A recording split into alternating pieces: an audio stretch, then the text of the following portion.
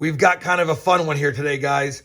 I recently had the opportunity to purchase a small cent collection from my silver dealer. I'll talk more about that in just a moment.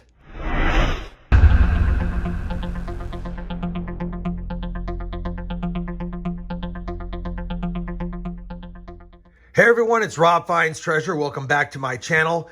In the intro, I stated that I was able to buy a copper collection or a small cent collection from my silver dealer.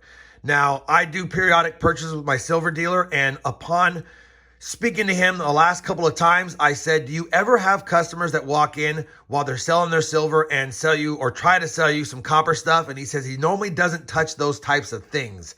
And I just told him that if he ever were to get a good deal on a set or a bunch of copper, to give me a call, and for a fair price, I would buy it.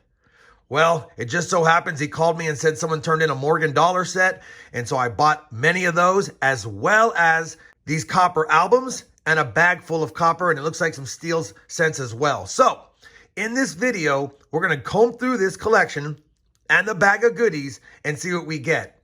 I will tell you in advance that I got a heck of a deal on this set because, like I said, he doesn't deal in copper too often, mainly silver and gold. And he bottom line just said, Rob, if you want to buy it off me for a little more than I paid, I'll pass it on to you, which I did. Now, I have no idea what's in the bag. I've quickly combed through these albums, and this set is ridiculous. These sets are probably backup sets. It looks like whoever turned this in had a master set and then some subsequent sets that they were assembling, or maybe their family members were assembling them. They're not as nice, but there definitely is a lot of good dates in all of these, and I'm excited to get into this bag as well. Let me go ahead, and I think what we'll do first is we'll go through the bag. I'll put the overhead camera up and we'll see what kind of goodies or not we have in here. I will definitely sort them by date under the camera first as quickly as I can, and then we'll come back and look and see if we had any varieties. And then finally we'll go with the blue albums next, and we'll save the wooded album, this older set of albums, for last.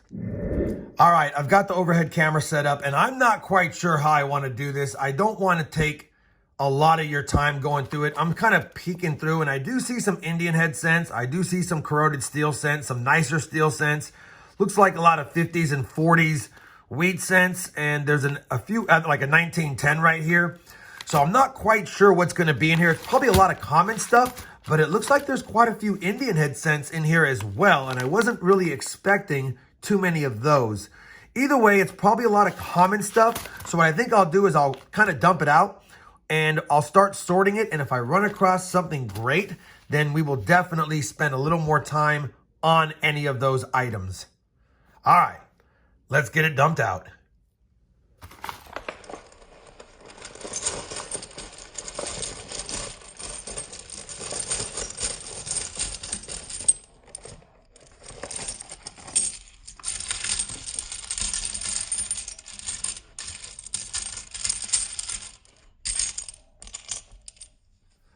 All right, so I've got it dumped out, and I'm seeing a lot of Indian head cents. Holy cow, I see one here, one here, one back here.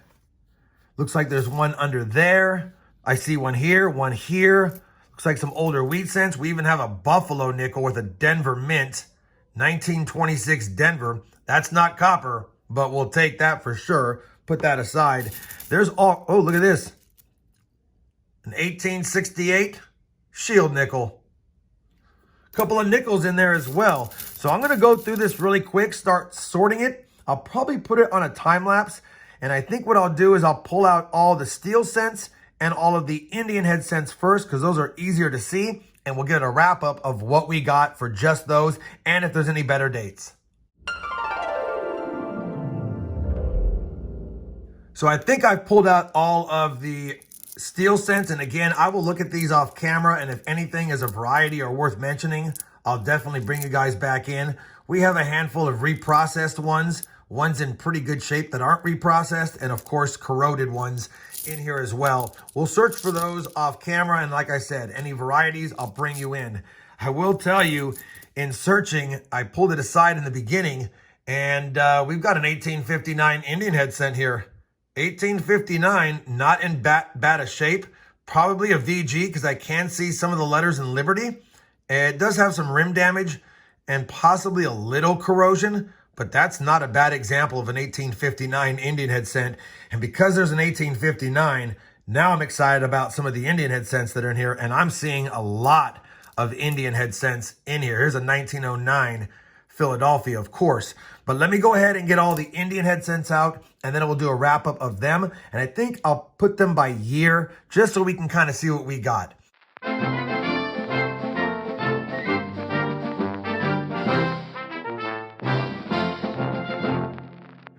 So I found a couple of more steel scents that I added to the steel scents, but take a look at how many Indian head scents were in here.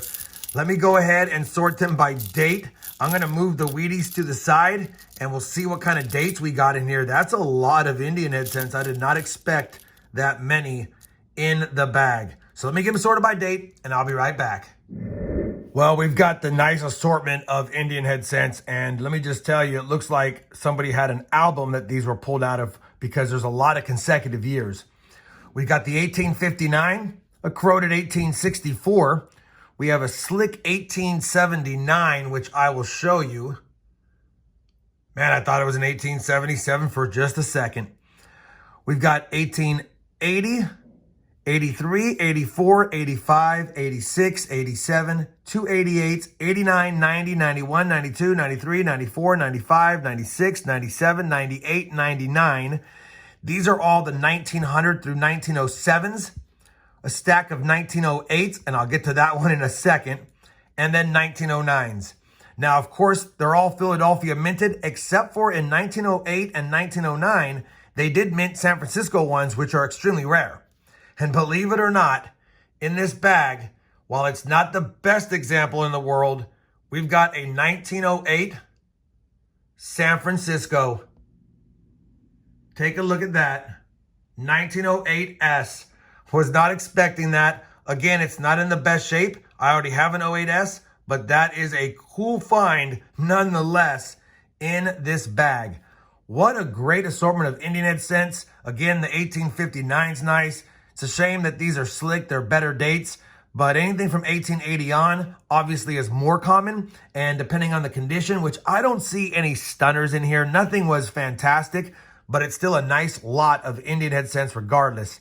Let me go ahead and check against my Indian head scent album and see if anything upgrades, which I doubt. I won't be showing my album on this one, but let me just check them anyway, and then we'll move on to the wheat scents next. And you guys probably already saw it, but I think I saw a couple of 09s in those stacks of wheat scents. So let me get this done, and I'll give you a wrap up if I was able to upgrade or add any to my collection. All right, so I've kind of cleaned up the workstation. I've gone through the Indian head scents. I went and checked for all of the varieties, obviously with the wear and some of the corrosion, and even though some were nicer, we didn't find any varieties, but I was able to upgrade 5 in my album because they either had full Liberty or maybe a few diamonds on the ribbon. So definitely was excited about that. I also went ahead and searched the steel scents. Didn't have any other varieties for there either. Went ahead and put them into rolls. Now that we've got the table cleared up, all we have left is the loose wheat scents from that bag. What I think I will do is I will go ahead and start sorting these by decade first. We'll get the 50s, 40s, 30s, 20s, teens, and then of course if we have any 09s, I think I saw a couple in there. And once I get them sorted by decade, we'll go ahead and give you guys a wrap up, unless of course we have something worth mentioning as I'm sorting them. Well, we've got that many sorted so far. 50s, 40s, 30s, 20s, teens. We even had a 1909, and it's not the VDB or any mint marks. But I bring you in because where is it at? Right here. Take a look at this. 1922 Denver, and it's in pretty decent shape. 1922 Denver, decent shape. That's a better find. We'll pull that one aside and see what else we find. Continuing along with the sort, and we definitely have a good assortment, I did just find a 1909 VDB. I can put it under the scope for you guys, and you'll clearly see we got the VDB there. Now, obviously, on all the 09s, I'm checking for VDBs and, of course, mint marks, but we'll definitely be checking for any varieties in along these scents as well at the end of the sort. But I'll take a 1909 VDB to go along with 2 1909s as well. Let's get back to the hunt. Well, we've got a lot of good scents here. We now have a total of 4 09 VDBs, 3 09s. We got the 22D. But I bring you in because take a look at what I just uncovered. A 1914 Denver. It is slick, but holy cow, a 14D was in this bag. Unbelievable. We're almost done. If we find something else amazing, I'll bring you in. Said I'd bring you back in for something pretty amazing, and I don't know how amazing it is, but take a look at this. A 1919 off-center struck wheat scent. I had to make sure it wasn't a misaligned die, but both sides are off. I would say it's off nearly 20%, maybe 15%. Either way, holy cow. That is a nice find. I've never found a misaligned or a off-center struck wheat scent, and that 1919 has great detail. Could be a grader. Could be a grader. Don't want to touch it too much more. Sweet find in the bag. So we've gone through the wheat scents from the bag, and there are some better dates in here. I think I saw a 32D, a 30S, a couple of those. Some teens with mint marks, but not S mint marks, like an 11D. I saw a couple of those. A 15D, a 16D.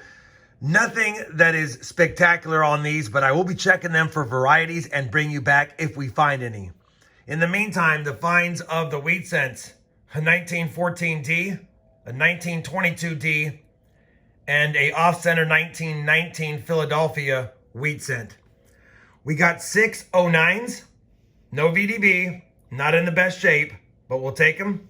And then we got 5 09 VDBs. Really, most of them are not in the best shape. The best one is this one on the end here, which I wanted to bring up. 09 VDB. It's got really good detail. It is a brown, but it is a fantastic looking scent. And that might upgrade, maybe. Absolute beauty. Was not expecting the Indian head scents or the wheat scents to produce so good in a loose bag, but I will take them. Let me compare these to the album, see if any upgrade, if there's any additions. I think that 14D will upgrade, but we got to get to these before I do too many upgrades because this master set, which we'll get to, is ridiculous. Let me also comb through and see if there's any varieties in some of these years, and I'll bring you back if we have anything like that to mention. Well, it took over an hour, hour and a half to get all of the wheat scents sorted and checked for varieties. And at the end of the day, I'm going to show you the best finds. We did not have any varieties. That's the 09s, the 09 VDBs. And we did find a nice bright and shiny 58 Denver wheat scent as well. The best overall finds are going to be the 1909. That's the best condition non-VDB. The 09 VDB. A 1910 in the best shape. A 1919 off-center strike, a 1914D, a 1922D. That's the nicest 25D, and I only pulled it aside because mine's not as nice. 26D and 32D. Those are the best finds of the bunch, and I'm happy to have them. Now that we've gone through these, I need to put these in my collection, and we'll move on to the albums next. So because the video is already long, I'm going to do these rather quickly. I've got them stacked, all 3 sets, 1909 through 1958, and there's other scents that they've stuck in here. But after quickly scanning them, I've stacked them by the least best 2 album set all the way down to the second best and then the first best album set for just the blue ones. Quickly scanning, this set obviously has none of the better dates, and a lot of the coins are pretty slick, and there's really nothing to get excited about. I'm likely not even going to take a look at most of these coins as far as cherry picking any varieties. There's no need to. Even if there's varieties in this album or these albums, probably none really worth submitting or even holding on to. I will say it does have the 09 and the 09 VDB. All the sets do have those in them. But this is the least complete set, and obviously everything from, I guess, 1934 on is complete, and they even slotted in the 61D there and some nicer examples of the 50s and 60 cents that they wanted to put in their album. I would imagine, based on the dates in this album, that somewhere around 1961 is when they stopped worrying about completing any more of the items that would go in here. Again, this is the least best of the 3 blue books, but wanted to give you a quick look at it. First set down, let's go to the next best set. So this is blue set number 2. It's actually missing all of the semi-key and key dates as well. It's not much of a better set than the last one, except for the condition of the coins are slightly better than the last, and some different preferences of what to put in the extra slots. Here's a nice 1960, but that's the large date, like I've mentioned. Either way, slightly better album, still missing all of the goodies. They've got some of the 33s in this book, so maybe this book is slightly better just in the fact that it's got some of the 33s in it, 32s in it, but nothing spectacular as far as condition and or better coins as far as key dates or semi-key dates. Now that we've done book 2, let me show you the best of the blue books, but nowhere near as good as the set we'll show you last. So here's the final set of the blue books, and it's a little more complete than the last one. Of note, at least the additions from the previous sets, we have a few more on the first page. We do have the 22D in here. It's corroded, but I have confirmed that it's a 22D, not in the best shape. There's also the 26S, which is also a semi-key date, but I'll tell you, the 24D is placed in here. And I can see the 24, and it looks like there might be a mint mark, but I can't tell if it's an S or a D. So the jury's out. Maybe it looked better when they put that in the album years ago. Who knows? But I can't confirm that that's a 24D. It could be, but it also could be a 24S or a 24P with damage. I'm only putting this one as the best set because, again, the 22D's in here, the 26S, those are confirmed. If that's a true 24D, that's nice to have. But once again, despite slightly better condition, really no other better dates, and not in the greatest condition either. Definitely a backup set. And once again, they've added some other coins at the end of the album just to make it more complete. Now that you've seen all of the 3 blue books, I'm going to spend some time and show you the collection that I'm most excited about. So for these wood paneled books, I don't even know how old they are. The copyright date on both books is 1958, but there's some mintages illustrated in this second book that there's no way in 58 they would know the 59, 60, and 61 mintages and going forward. So I don't know when this book was reprinted, but the copyright is from 1958. So I guess that's the original design, and maybe they came up with other albums. I figured I would go backwards in time, starting from the most recent pages and work our way back, and then we'll move on to the first album, which is the Dandy. Let me go ahead and open this up really quick for you, and we'll work backwards and show you what we got in here. So the last page goes to 1976D, and I may, after I've plucked some of the cherry examples out of here and put them in my collection, I'll probably go ahead and try to complete this album as well. But we've got the mintages for 1962D, and there's no way in 58 they would have known that. So I would imagine this is a set or a book that was reprinted in 62, and then they went ahead and put in the subsequent years. But not a lot of stuff has been put later on, but we do have very nice examples of some of the 60s. And yes, I did double check to see if it was a 62 DDO. It was not. The next page, working backwards, beautiful, beautiful coins. And take a look at this. We got the 60D small date, and I've confirmed it. And the one I've never found, a 1960 Philadelphia small date in not that bad a shape. Not that bad a shape. The coloring's a little bit off, so I don't know if it was erasered years ago, but it doesn't look original luster, but it could be. Maybe it's just in the album and looks a little funny with some toning. But all of these wheat cents look beautiful. Obviously no 55 double die. That would have been awesome. But either way, we've got some really good examples of the 50s and 40s wheat cents. And I'm sure a few of these coins may upgrade what I have in my existing set. Now, I'll tell you ahead of time, before I do anything with these, I will be double checking for the varieties in those years, because these coins are in nice enough condition that if we have any varieties, they might be worth submitting. Beautiful book, 1941 and on. Happy to have picked it up. My favorite book, and I had no idea what was in these when he offered them to me, but he said it had a lot of the key dates and the semi-key dates, so of course I took it. Let's go ahead and go backwards in time and show you some of these pristine examples as well. So we've got some beautiful, absolutely stunning 40 cents, and even the browns look really good as far as their strike and detail. Yeah, there's some uglier ones in here, but you know what? They've done a good job of assembling a really nice set. Working our way back, we've got the 31S. Obviously, only 866,000 of those bad boys minted. Happy to have it in here. We've got the 31D in here as well. And I apologize for the lighting, but it's tough through the plastic to get all the detail. He even labeled the backs of these, by the way. Working our way backwards, we've got all of the wheat cents that you would find in the 20s, including the 26S. We've got a pretty nice 1924 Denver in there. We've got the 22D, and it's got pretty good detail. I know it's hard to see in the plastic, and I just don't want to take them out for sake of touching them. They've probably been in for a long time.